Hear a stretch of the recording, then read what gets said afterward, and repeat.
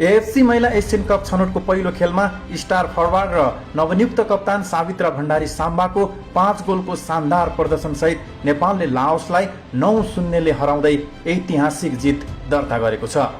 मलेसियामा सम्पन्न उक्त खेलमा नेपालले पहिलो हाफमा 2-0 को अग्रता बनाएर दोस्रो हाफमा थप 7 गोल गर्दै फराकिलो अन्तरले विजयी हात पारेको हो।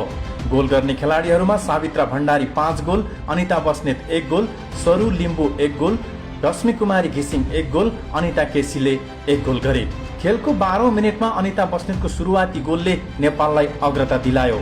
44औं मिनेटमा साम्बाले हेडर मार्फत दोस्रो गोल गर्दै पहिलो हाफमा 2-0 को अग्रता दिलाइन्।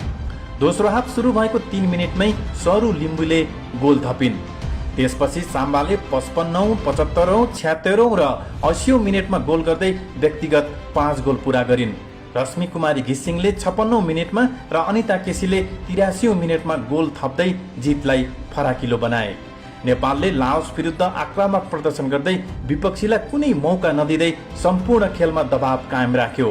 कप्तान बनेकी साम्बाको उत्कृष्ट नेतृत्व र गोल स्कोरिङ क्षमताले टोलीको आत्मविश्वास झन उच्च बनाएको छ। पहिलो जित निकालेको नेपाल छनौटमा समूह एफमा छ। उक्त समूहमा नेपाल सहित आयोजक उज्बेकिस्तान, लाओस र श्रीलङ्का छन्। नेपालले दोस्रो खेलमा असार 18 गते श्रीलङ्का र 21 गते घरेलु टोली उज्बेकिस्तानसँग खेल्नेछ। समूहको शीर्ष स्थानमा रहन सके नेपाली महिला टोली अर्को चरणमा प्रवेश गर्नेछ। भिडियो मन परे लाइक, शेयर र कमेन्ट गर्न नभुल्नुहोला। जय नेपाल।